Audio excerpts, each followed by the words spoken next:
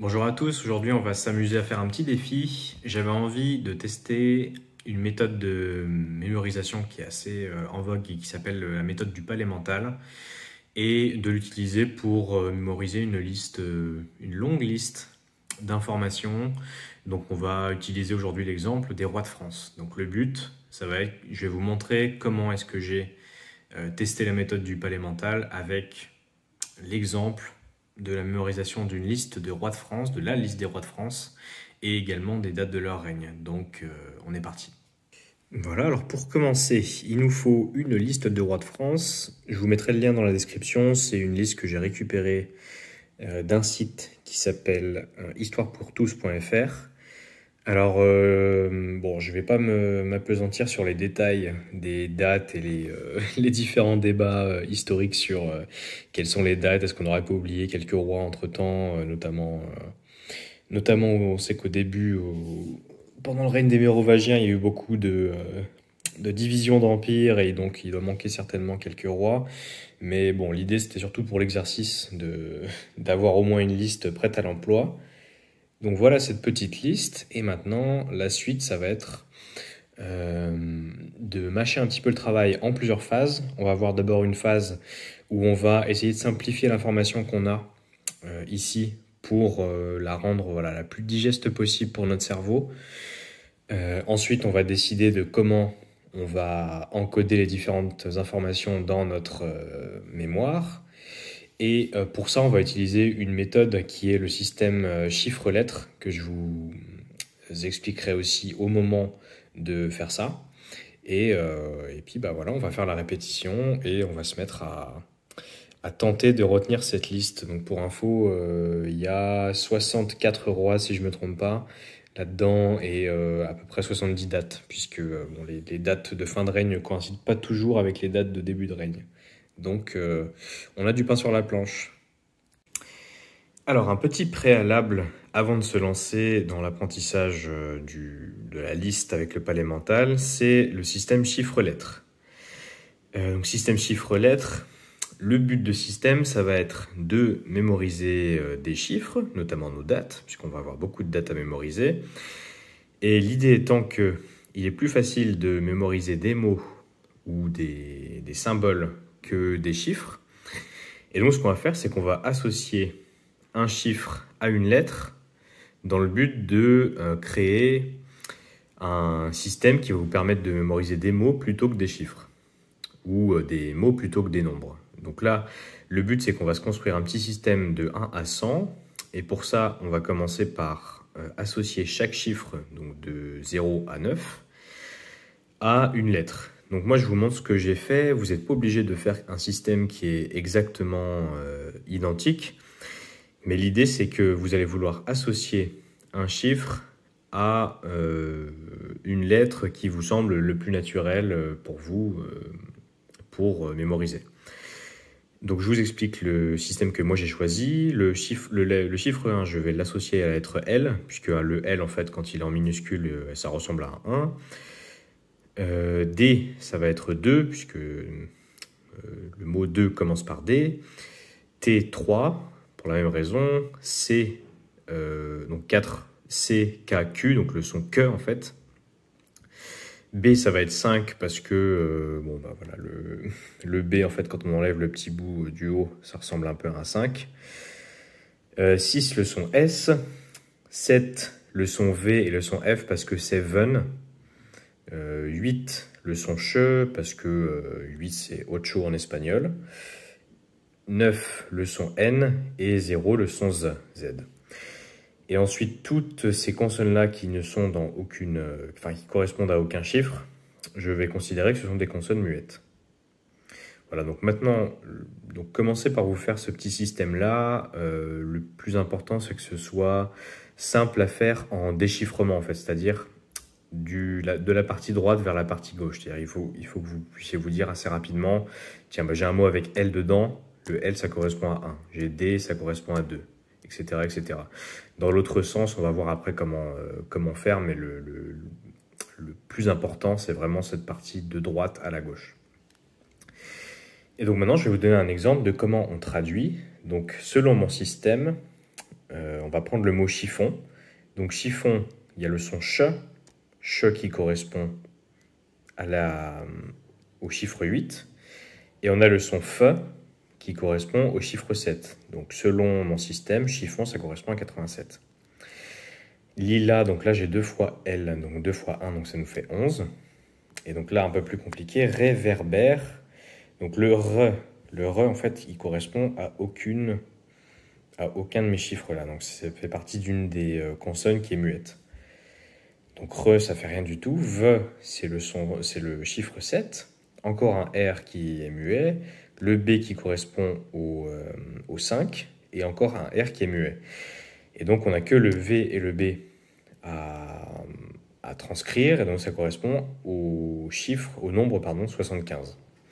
Et donc l'idée justement, c'est de pouvoir utiliser ces lettres muettes-là pour pouvoir aller un peu plus loin, parce que vous allez vite vous rendre compte que quand vous avez des mots comme ça, il y a pas mal de mots qui vont pas vraiment correspondre, enfin on va pas vraiment pouvoir construire facilement des mots à 2 syllabes qui correspondent à des chiffres, quoi. Donc le but, c'est de gagner un peu de latitude et un peu de liberté en rajoutant ces consonnes muettes.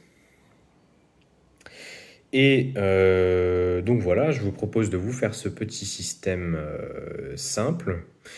Comme je vous l'ai dit, concentrez-vous vraiment sur la traduction de la droite vers la gauche, donc des lettres aux chiffres. Et une fois que vous aurez ça, vous serez bien parti pour la suite.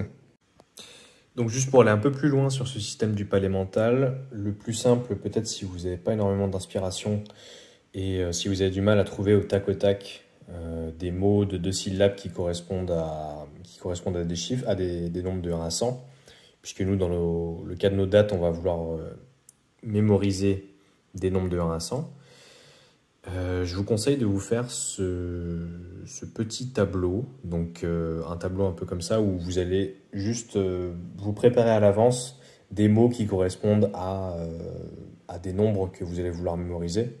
Donc ça, c'est mon exemple à moi, c'est ma petite grille que je m'étais créée à l'époque. Et bon, vous pouvez vous le créer à la main si besoin, mais une fois que votre système est en place, vous pouvez aussi très bien demander à ChatGPT, par exemple, vous lui filez votre système, vous expliquez ce que je vous ai montré juste avant, c'est-à-dire ce petit tableau-là. Vous le donnez en input à ChatGPT et vous lui demandez de vous générer des mots à 1 ou 2 syllabes pour tous les nombres de 1 à 100. Et comme ça, vous gagnerez un petit peu de temps pour la suite. Maintenant, on va passer aux choses sérieuses. Donc, j'ai ma liste des rois de France. La liste donc, des rois avec leurs numéros et les dates des règnes de ces rois. Donc, maintenant, l'idée, c'est de faire preuve d'un petit peu d'astuce parce que ce serait une mauvaise idée d'apprendre cette liste telle qu'elle, en tout cas sans faire de traitement préalable, parce que bon, si vous regardez assez rapidement, et c'est assez logique, vous vous rendez compte qu'il y a beaucoup de choses qui se répètent. Donc la première chose, ça va être que les dates de règne, vous vous rendez compte que voilà, évidemment, de manière assez logique, la fin du règne d'un roi coïncide très souvent avec le début du règne du roi suivant. Alors c'est pas toujours le cas, donc il faut faire attention. Vous voyez ici par exemple que Clotaire II, son règne a terminé en 628 et Dagobert Ier, son règne a commencé en 623. Donc je sais pas ce qui s'est passé exactement, mais je suppose que peut-être que le premier roi a exercé une régence pendant que Dagobert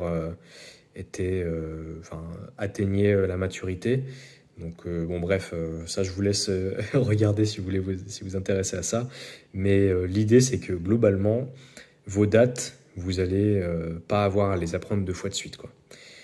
Donc je parle des dates, mais il y a aussi d'autres choses évidemment. Donc si vous connaissez un petit peu, un minimum l'histoire de France, bah, vous savez que voilà, les noms des rois sont assez souvent les mêmes. Donc vous voyez qu'on a beaucoup de Louis, évidemment, on en a 18 dans l'histoire de France, voire plus. Non, je crois que c'est... Bon, en tout cas, le dernier roi qu'on va apprendre, c'est Louis XVIII.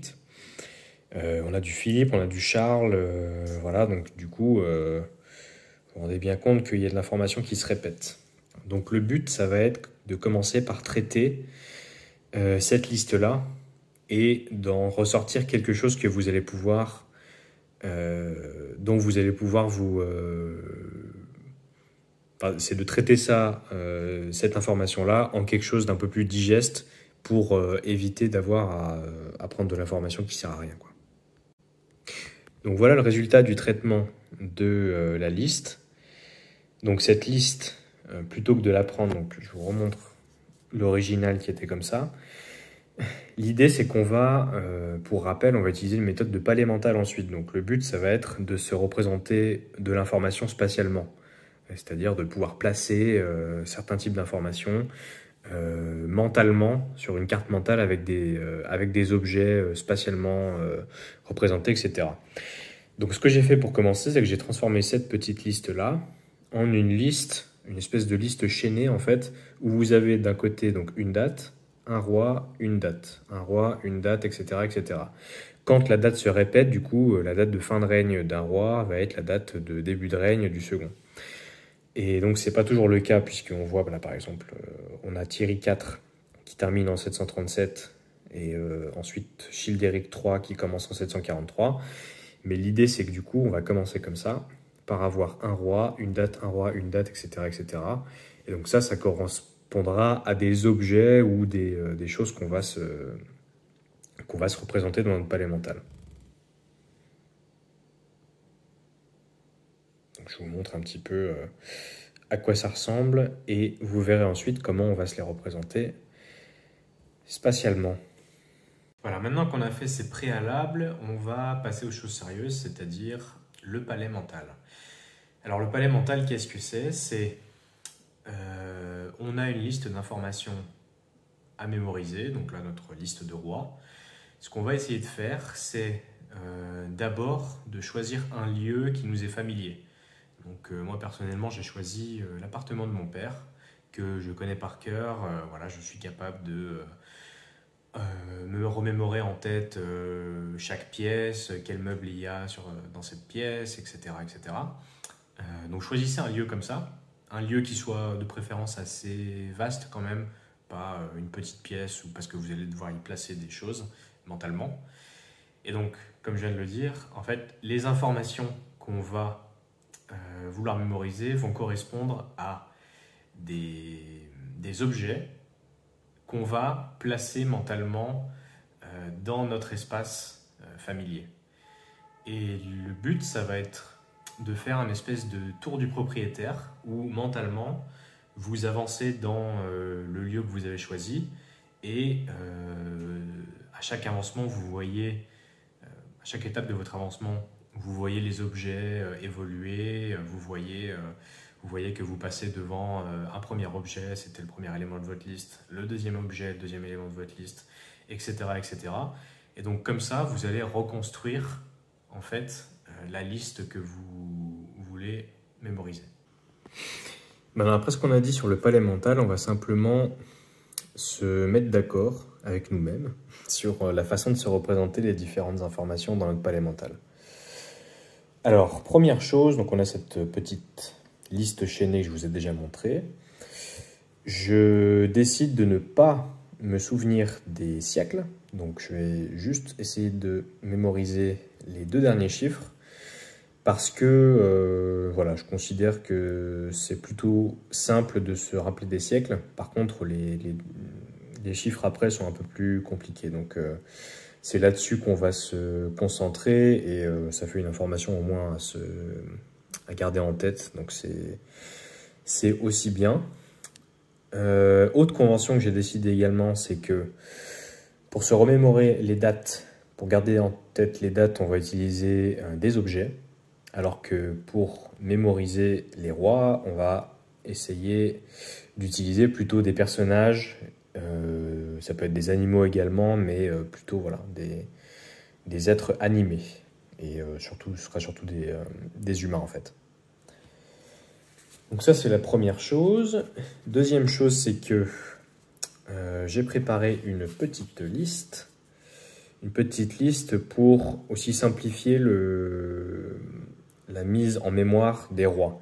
Puisque comme on l'a expliqué un peu avant, comme on l'a constaté plutôt, il y a pas mal de noms de rois qui se répètent. Notamment, bon, le plus fréquent, c'est Louis. Et donc l'idée, ça va être d'associer des noms ici à voilà, vous pouvez le faire aussi de votre côté, soit vous... En fait, le but, ça va être de trouver des personnages réels, fictifs, peu importe, tant que vous arrivez à vous les représenter assez facilement en tête, en fait. Donc, je vais vous montrer un petit peu cette liste-là. Donc, Childéric, le mieux que j'ai trouvé, c'est un soldat avec un bouclier. Parce que bouclier, en anglais, c'est shield, donc c'est Childéric. Clovis, je ne rajoute rien. Clovis, ça suffit puisque j'arrive à m'en souvenir comme ça. Clotaire, j'ai décidé de prendre un cloporte, un insecte. Pas de commentaire. Chilpéric, un bouclier avec un P. Dessus, Dagobert, la culotte à l'envers. Donc en gros, on peut imaginer une espèce de Superman avec, avec un slip rouge. Ça vous en rappellerez assez facilement. Thierry pour Thierry Roland. Et on aura Henri aussi, donc là ce sera plutôt Thierry Henry. Et bon voilà, je ne vais pas tous vous les faire, mais vous avez compris l'idée, quoi. Le but, c'est de trouver quelque chose qui soit simple pour vous et dont vous vous souviendrez assez facilement. Ceci étant dit, donc pour les personnages, pour les rois, on a fait le tour. Pour les chiffres, comme je vous disais, donc là, on va utiliser ce qu'on a vu juste avant avec le système lettres-chiffres. Et ben, je crois qu'on est bon pour la suite. Voilà, donc on part de cette liste. Donc on part de cette liste que je vous ai déjà montré plusieurs fois. Je vais vous montrer pour la première ligne, ensuite, comment on opère. Donc là, le but déjà, ça va être de transformer chaque donnée en ce que vous allez vouloir mémoriser. Donc, je vous ai préparé donc la deuxième. Alors, je me suis préparé et donc je vous montre ce que j'ai fait. Donc ça, c'est la première ligne qui correspond exactement à la première ligne des rois de France. Et j'ai noté à l'avance ce que je veux mémoriser. Donc, 458, ça va être un bouchon, puisque moi, bouchon, le mot bouchon correspond à 58. Childéric Ier, donc c'est un soldat avec un bouclier, donc Childéric. 481, donc 81, ça va être un chalumeau. Clovis Ier, c'est juste Clovis. 511, le nombre 11, ça va être des lilas. Clotaire, un cloporte. 61, un silex. Le X pour moi est muet, etc., etc. Donc, ce que vous devez faire à ce stade-là, ça va être commencer par faire cette traduction. Et donc, le résultat final, donc vous pouvez commencer en fait ligne par ligne, hein, vous n'êtes pas obligé de tout faire d'un coup. Donc, vous arrivez à quelque chose qui ressemble à ça. Et donc là, vous avez des objets, des personnages à mémoriser au tac au tac. On arrive donc à l'étape que vous attendiez tous, qui est l'étape de la mémorisation. Donc j'ai mes petits objets, mes petits personnages que j'ai préparés à l'avance. Je vais essayer de vous montrer un peu visuellement comment je l'entends, mais il faut bien garder en tête que ça, ce sera quelque chose que vous ferez dans votre tête. Enfin, vous pouvez aussi vous faire des petits dessins si ça vous amuse, mais ou si ça vous permet de mieux mémoriser. Mais c'est juste pour vous expliquer un petit peu la logique. Donc j'ai mes objets à placer en séquence. Et alors mettons que ça symbolise l'entrée de chez mon père, voilà. Donc en gros vous avez, tac, je sais pas encore bien dessiné, mais vous m'excuserez, je dessine comme je dessine, mais ça du coup c'est l'interphone, ça c'est la porte d'entrée. Là ici vous avez une boîte aux lettres, machin, voilà. Et donc j'ai ma petite liste et simplement ce que je vais faire, c'est que je vais la placer donc. Encore une fois, je le fais comme ça, mais vous devez le faire mentalement dans votre tête. Donc, je démarre au niveau de l'interphone. Je vois qu'il y a un bouchon. À côté du bouchon, je vois un soldat avec un bouclier qui est à cet endroit-là. Et juste derrière, je vois qu'il y a un chalumeau qui souffle sur la porte. J'ouvre la porte et je vois Clovis ici. Après Clovis, là, je vois un pot de fleurs, un pot de lilas. Il y a un cloporte qui monte dessus. Et juste derrière le cloporte, du coup, il y a un petit caillou, en fait, du silex. Là, je vois un bouclier ici en P. Je me retourne, je fouille dans la boîte aux lettres. Et qu'est-ce que je vois dans la boîte aux lettres? Je vois un chèque. Je vois 2 cloportes en plus. et je vois... Alors ça, attendez, c'est quoi ce machin? Un pommeau de douche.